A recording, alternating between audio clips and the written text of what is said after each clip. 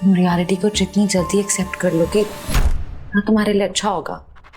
तुम्हारी भी अपनी गाड़ी है और तुम कह रही हो कि तुम्हारे घर वालों में से भी किसी की वो ज्वेलरी नहीं है, तो यकीनन वो किसी ऐसी लड़की की ज्वेलरी है जिसके साथ वो टाइम स्पेंड करता है। और अगर कोई रेगुलरली बैठ रहा है इसका मतलब है कि उसका वासे के साथ ये सारे मर्द ना एक जैसे होते हैं।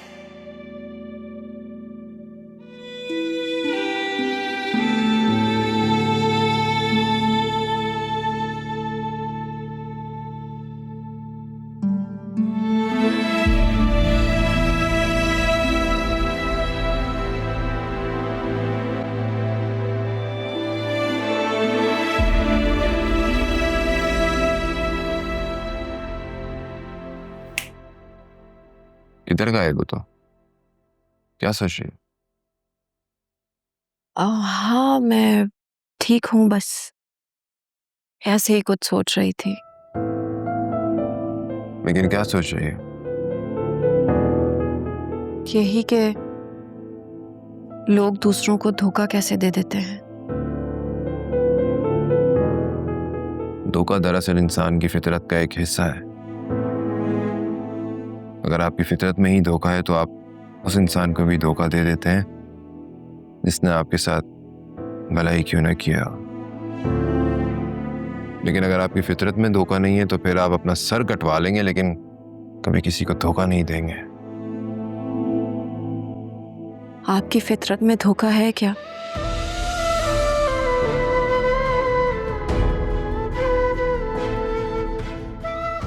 ये कैसा सवाल? ये मेरे सवाल का जवाब नहीं है। बात तुम्हारे सवाल के जवाब की नहीं है।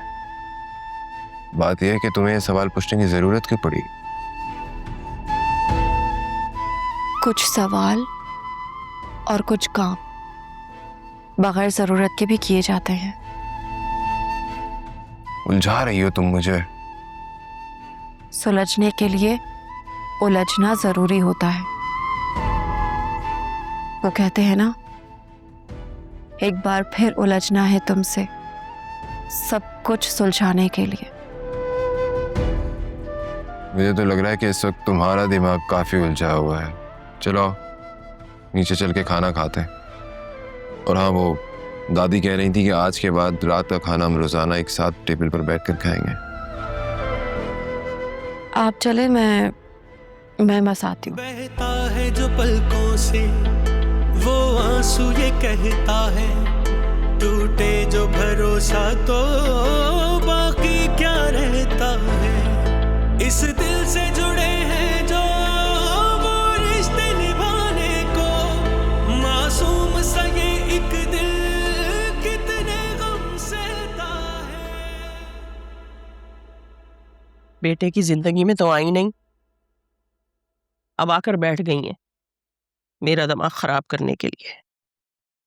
मम्मी, पापा का सीन ऐसी चाहिए होगा। वो भाई कह रहे हैं यूनियन काउंसिल में उनके डेथ सर्टिफिकेट के लिए एप्लीकेशन देनी है। तुम्हारे बाबा के बेड की साइड वाली ड्रॉर में रखा है, वहां से ले लो।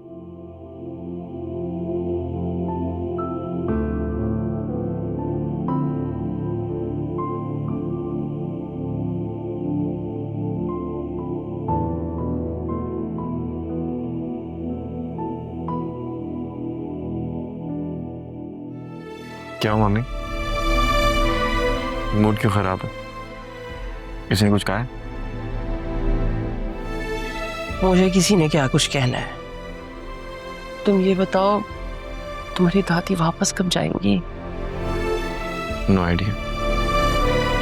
ताया से बात हुई थी मेरी, वो कह रहे थे दादी ने रिटर्न टिकट तो बुक नहीं करवाई, वन वे टिकट ही बुक करवाई थी। कुछ महीने तो रुकेंगी वो। हैं? क्या कह रहे हो? कुछ महीने? क्यों भाई? 10 साल बाद आई है वो हमारे घर। हाँ पता है मुझे, इतनी भी बुरी याददाश्त नहीं है मेरी, जानती हूँ मैं अच्छी तरह। और तुम्हें ज्यादा उनकी वकालत करने की जरूरत नहीं है।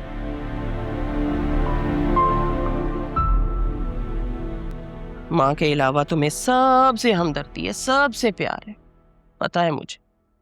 मेरा तो अभी गम भी पूरा नहीं हुआ था कि वो आके बैठ गई है मेरे सर पे। अब उठते बैठते हर आए गए के सामने पुरानी बातें लेकर बैठ जाएंगी और मुझे जलील करती रहेंगी। तो आप उन्हें शिकायत का कोई मौका ही नहीं दीजिएगा। उन्हें कोई मौका ही नहीं मिलेगा तो वो कोई बात ही नहीं करेंगी, तो आपको कोई बात ही बुरी नहीं लगेगी उनकी। कर दी ना अपने बाबा वाली बात। मुझे समझा रहे हो कि मैं उन्हें शिकायत का मौका ना दूं। उन्हें समझाओ कि अगर शिकायत का मौका मिले भी ना तो नजरअंदाज करते हैं। बेचारी अभी तो आई है मम्मी, और आपको अभी से उनके जाने की फिक्र लग गई है। अच्छी बात तो नहीं है ना? हाँ हाँ, कर लो उनकी फिक्र, सुना लो माँ को बातें। खून होना जाहिर है तुम उनका, अपनों को देखकर ही तो खून जोश मारता है। मेरा क्या है, मैंने सारी जिंदगी उनकी बातें सुनी है, मैं तुम्हारी भी सुन लूंगी अब। और वैसे भी मेरा शौहर तो इस दुनिया से चला गया, जो मेरी हर बात सुनता था, समझता था। शौहर के बाद तो वैसे भी औरत बेवा और बेआश्रय हो जाती है।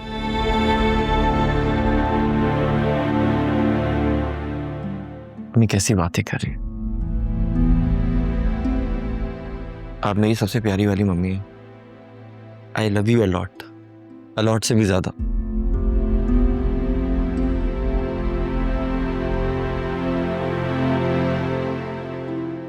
आपको मालूम है, बाबा के जाने के बाद उनके हिस्से का प्यार भी मैं आपसे करने लगा। मम्मी आप प्लीज नाराज ना हो। घर का माहौल वैसे भी बहुत सैड है। हम इस तरह एक दूसरे से लड़ेंगे तो घर का माहौल तो और खराब होगा ना मम्मी।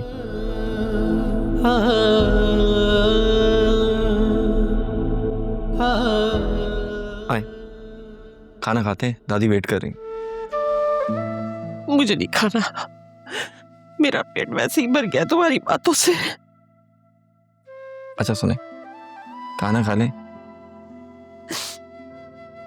फिर बाकी की बातें बाद में सुना दीजिएगा।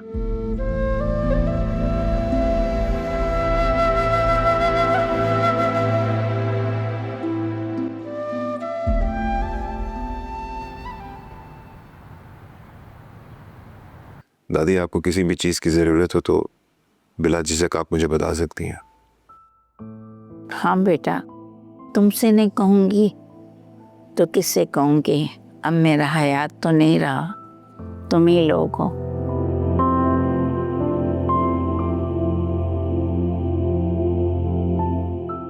हम तो आपके पास है ना? हाँ बेटा, खुश हो, शाद रहो तुम लोग।